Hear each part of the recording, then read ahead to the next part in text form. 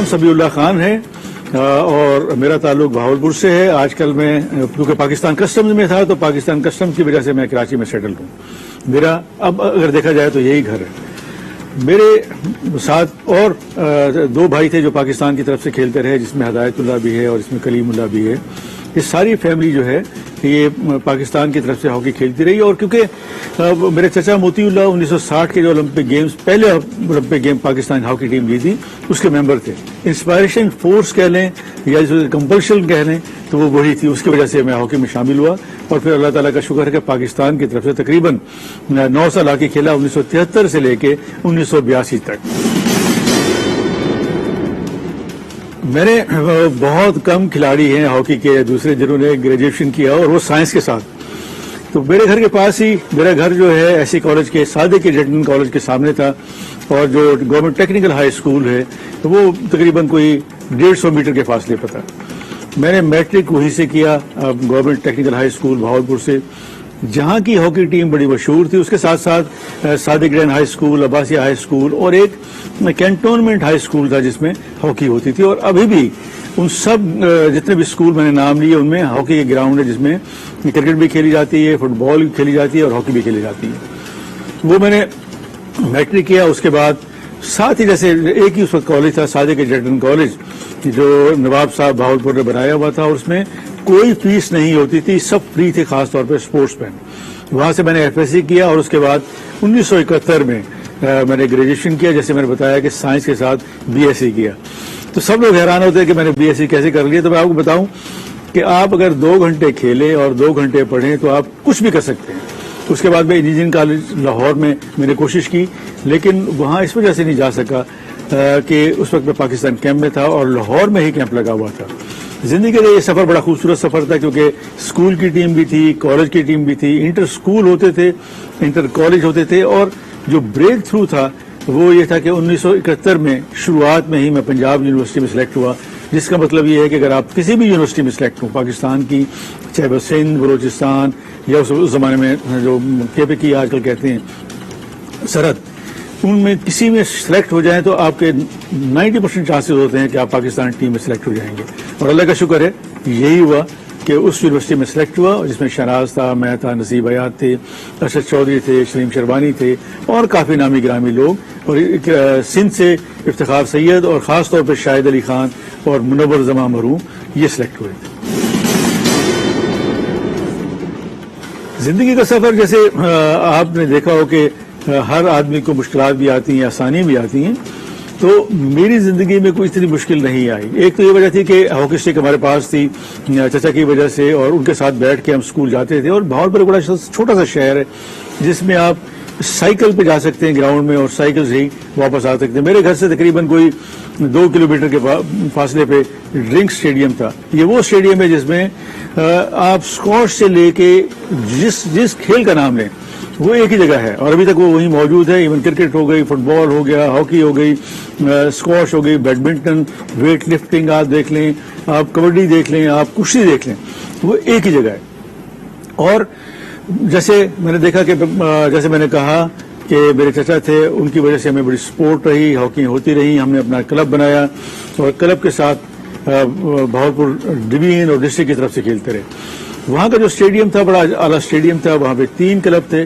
ہم افغان کلب کی طرف سے کھیلتے تھے, کوئی سروسز کلب کی طرف سے کھیلتے تھے, اور کوئی ماڈل ٹاؤن کلب کی طرف سے لوگ بچے کھیلتے تھے. تو اس طرح شروعات ہوئی.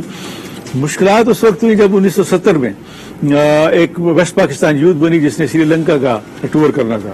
اس میں ہم 67 سے آ رہے تھے. اس وقت ایک انڈر 18 کا ایک تھا جس میں مختلف زونز بنائے گئے تھے, اور چودھری بشیر مرحوم اس کے روح رواں تھے. تو اس میں سندھ کے لوگ بھی جاتے تھے, کے پی کے بھی, اور بلوچستان کے بھی, اور پنجاب کے بھی. وہ ایک ٹیم مکس ٹیم بنی جس نے کہا کہ حکومت پاکستان نے کہا کہ سری لنکا کا ٹور کرے گی. صبح میں سلیکٹ ہوا, لاہور میں ٹرائل ہوئے, اور شام کو جب ہم لاہور جانے لگے تو پشاور جانے لگے لاہور اسٹیشن سے, تو انہوں نے کہا کہ نہیں جی غلطی سے آپ کا نام آ گیا, آپ تو ٹیم کے ساتھ نہیں جا سکتے. تو خیر میرے ساتھ ہمارا سیکرٹری بہاولپور بھی تھا. انہوں نے کہا کہ جیسے آرگومنٹ کرنے لگے, تو میں نے کہا آرگومنٹ کی ضرورت نہیں ہے. ہم دوسری ٹرین پہ بیٹھ کے بہاولپور چلے گئے, اور 15 دن کے بعد ویسٹ پاکستان یوتھ نے بہاولپور آنا تھا. جب بہاولپور میں وہ پہنچے تو میں اس ٹیم کو ہیڈ کر رہا تھا جو بہاولپور کی ٹیم تھی. تو ہم نے پہلا میچ ڈرا کیا 1-1. حالانکہ اس سے پہلے ویسٹ پاکستان یوتھ سارے میچ جیت رہی تھی. بہاولپور میں پہلا ڈرا کیا.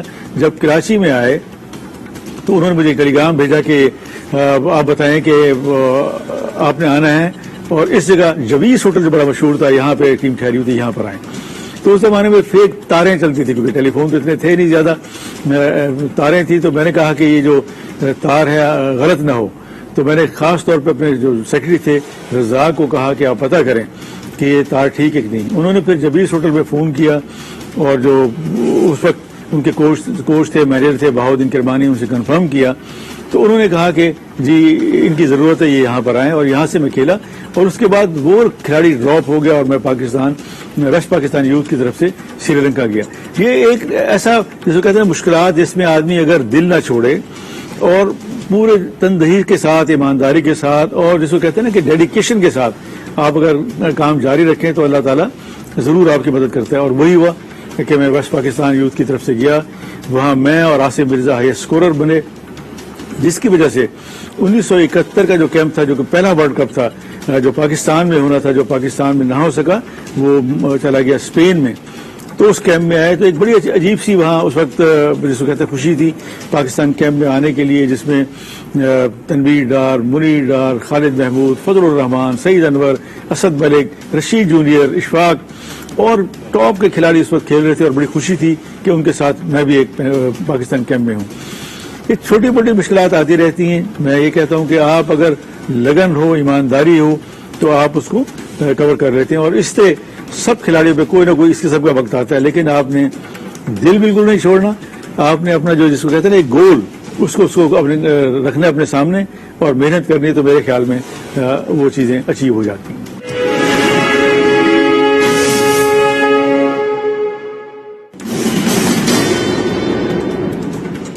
کھیل میں جیسے میں نے کہا آسانیاں بھی ہیں, مشکلات بھی ہیں.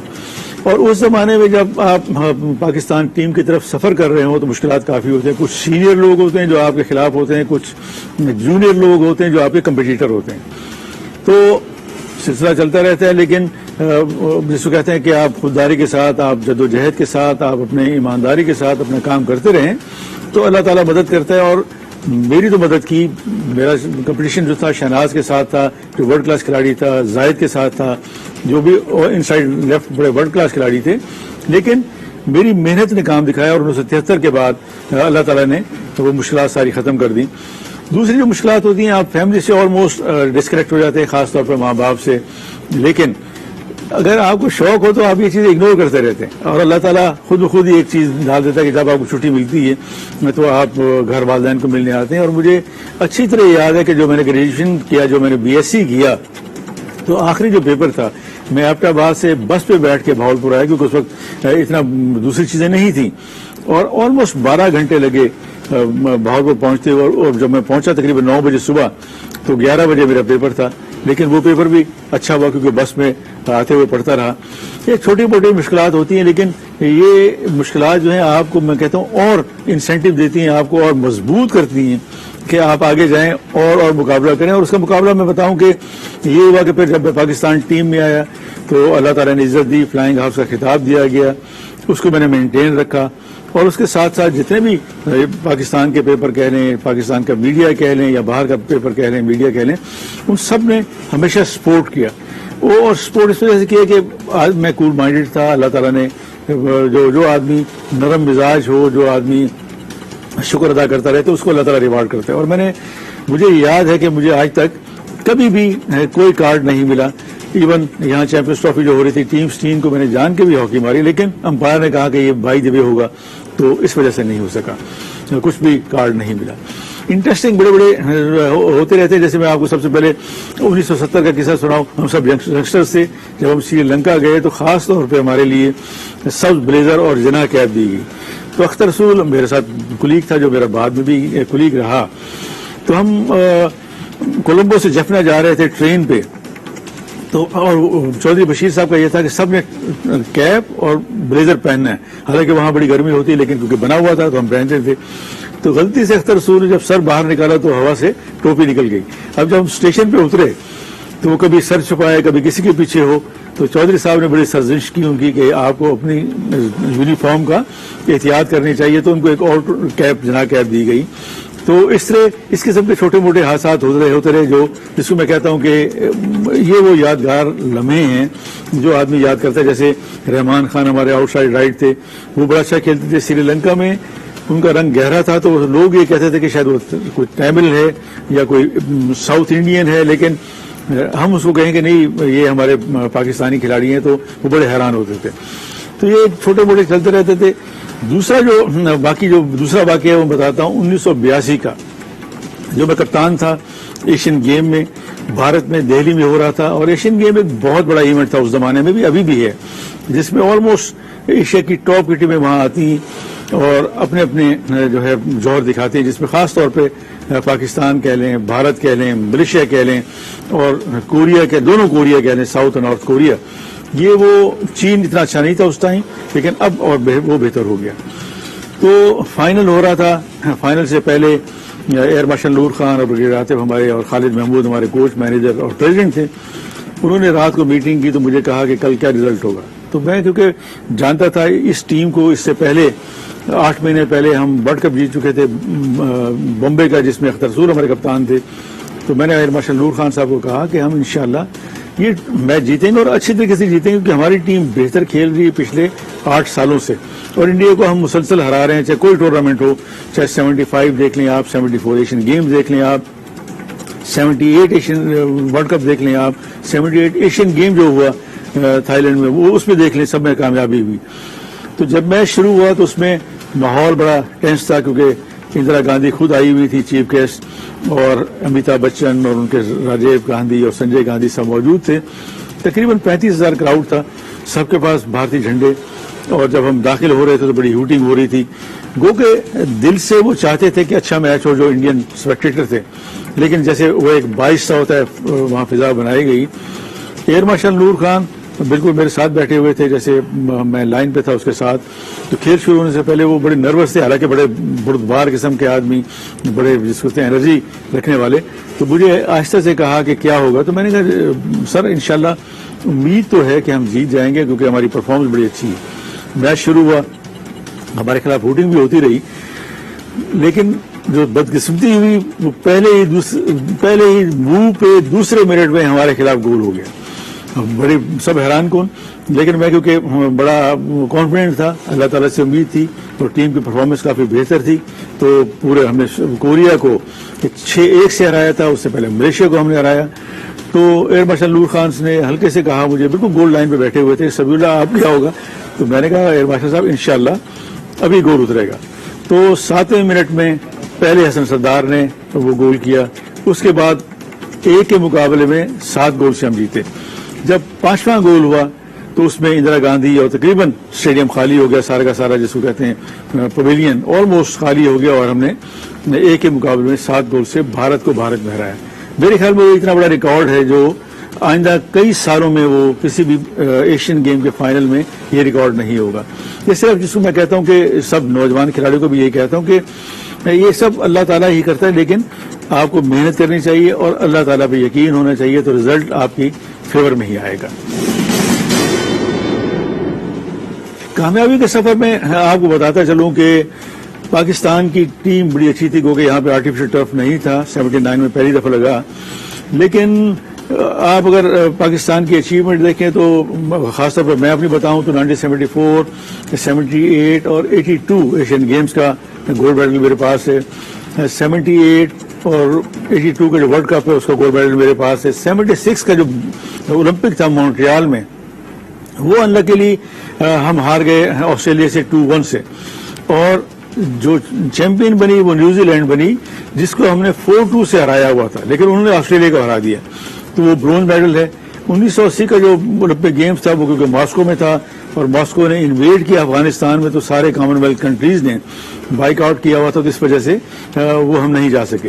79-80 کی چیمپئنز ٹرافی کیونکہ پاکستان میں بھی وہ ہم نے جیتی ہوئی تھی. اوور آل اگر میں یہ کہوں کہ 165 میچ کھیلے اور تقریباً کچھ 64 گول کیے میں نے, بینگ آؤٹ سائڈ لیفٹ اور فارورڈ کے یہ بڑی اچیومنٹ ہے، اور یہ جو میں کہتا ہوں کہ ایک اچھے کھلاڑی کی یہی خاصیت ہوتی ہے کہ وہ باہر سے کھیل کے بھی اچھے گول کرے اور اپنی ٹیم کو کھلائے۔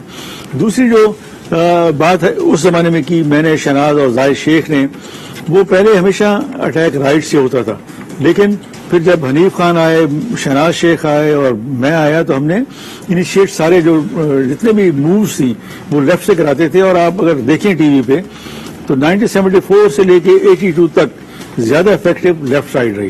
اس کی وجہ یہ تھی کہ حنیف خان جو کہ بڑا سلم سا تھا، بڑا تھن تھا، لیکن اس میں بڑا ٹیمپرامنٹ تھا اور بڑا کول مائنڈڈ تھا اور کانسنٹریٹ کرتا تھا میرے کھیل پہ اور اچھی گیندیں ڈلیور کرنے پہ۔ تو یہ میری اچیومنٹ تھی، یہ کامیابی کا سفر تھا۔ اس میں ہمارے پاکستانی عوام کی دعائیں بھی تھیں، ماں باپ کی دعائیں تھیں شامل، اور پھر جو ہمارے کولیگ تھے ساتھ والے ان کی سپورٹ تھی۔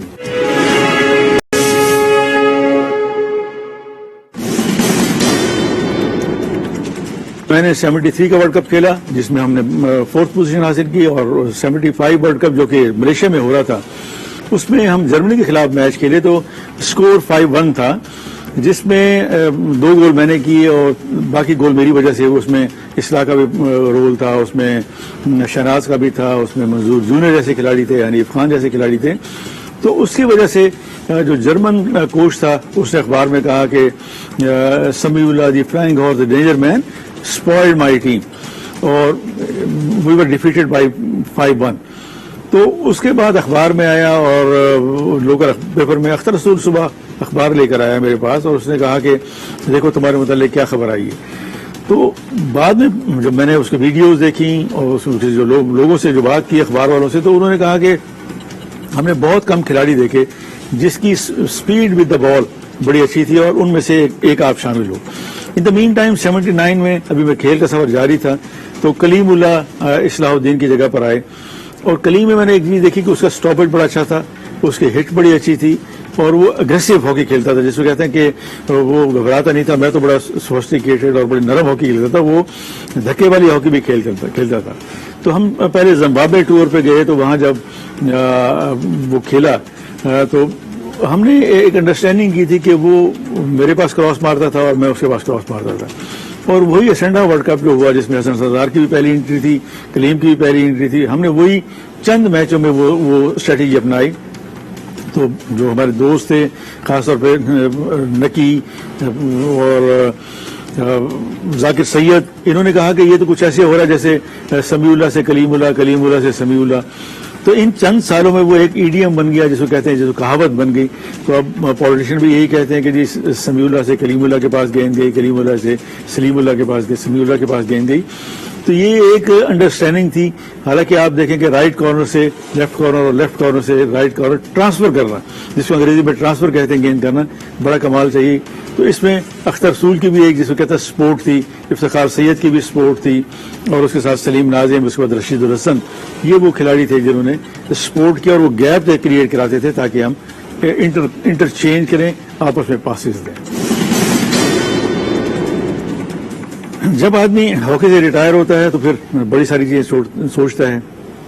میں پاکستان کسٹم کا شکر گزار ہوں کہ انہوں نے مجھے لیا، اور وہ اس وقت پاکستان کسٹم کی ٹیم جو تھی بہت زبردست ٹیم تھی، ہمیشہ فائنل سے ان کا پی آئی سے ہوتا تھا، پی آئی کیونکہ باقی جو کھلاڑی تھے پی آئی میں تھے، اور انہی 2 ٹیموں سے زیادہ تر کھلاڑی سلیکٹ ہوتے تھے پاکستان کے لیے، سوائے 1 یا 2 سلاٹ جس میں آرمی کے یا حبیب بینک کے یا نیشنل بینک کے کھلاڑی آتے تھے۔ اس وقت میرے ذہن میں آیا، ابھی میں کھیل رہا تھا، میرے ذہن میں آیا کہ مجھے کوئی ایسا کام کرنا چاہیے، فائدہ اٹھانا چاہیے اپنے نام سے، اپنے بیہیویئر سے، کہ میں کوئی اچھا کام کروں۔ کیونکہ بھاولپور ایک ریت والا شہر ہے، وہاں مٹی چلتی رہتی ہے، وہاں پہ میں نے پتہ کیا لوگوں سے، تو انہوں نے کہا کہ یہاں پہ آنکھوں کی بڑی بیماری ہے، خاص طور پہ سفید موتیا کی، اور اس میں میری والدہ بھی انوالو تھی کیونکہ آخری 5 سال وہ بلائنڈ رہی۔ تو مجھے یہاں کے ڈاکٹر جو میرے دوست تھے، تحسین ہوا، ڈاکٹر شہزاد ہوئے، اور بہت سارے جو بہترین ڈاکٹر تھے، وہ سب یہی کہتے تھے کہ یہ مٹی کی وجہ سے ہے اور گلوکوما جو کالا موتیے کی وجہ سے سارا ہے۔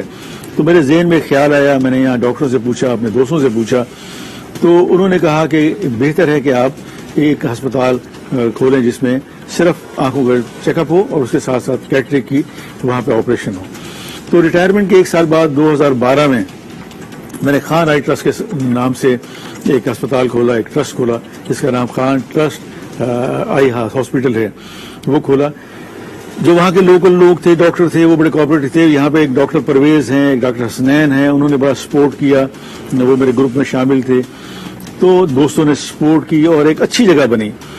تو اب تک اگر آپ حیران ہوں, میں بتاؤں آپ کو کہ تقریباً 1.5 لاکھ کے قریب ہم پیشنٹ دیکھ چکے ہیں.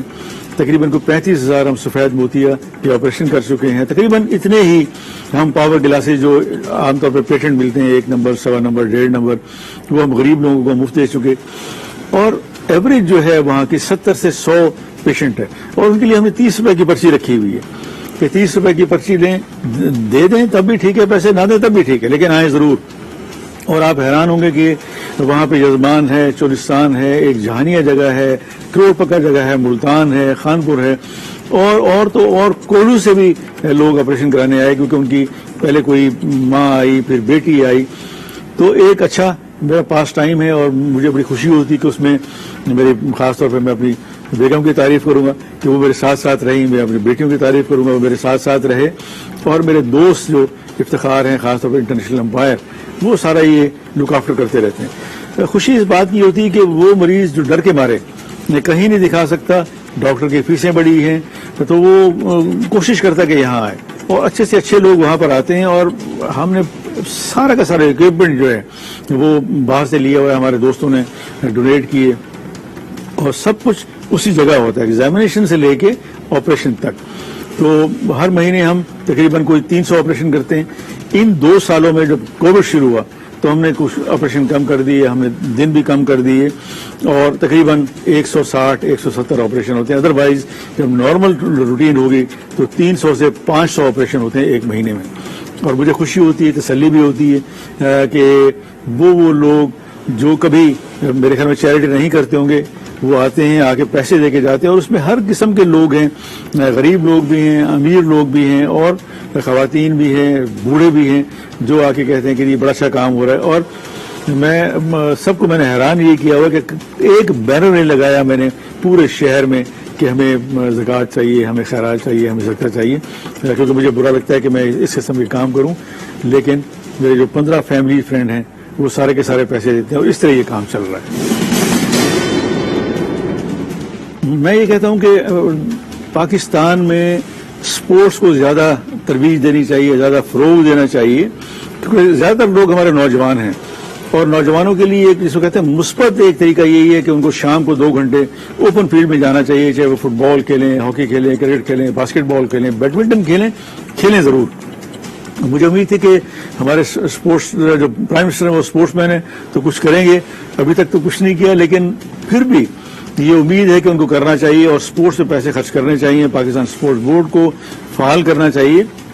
نوجوان کیونکہ آج کل ایجوکیشن بڑی ان کی ہو رہی ہے, سٹریس بڑا ہے ان پہ, نیگیٹیوٹی جو ہے وہ کوئی چیز دور نہیں کر سکتی سوائے سپورٹس کے.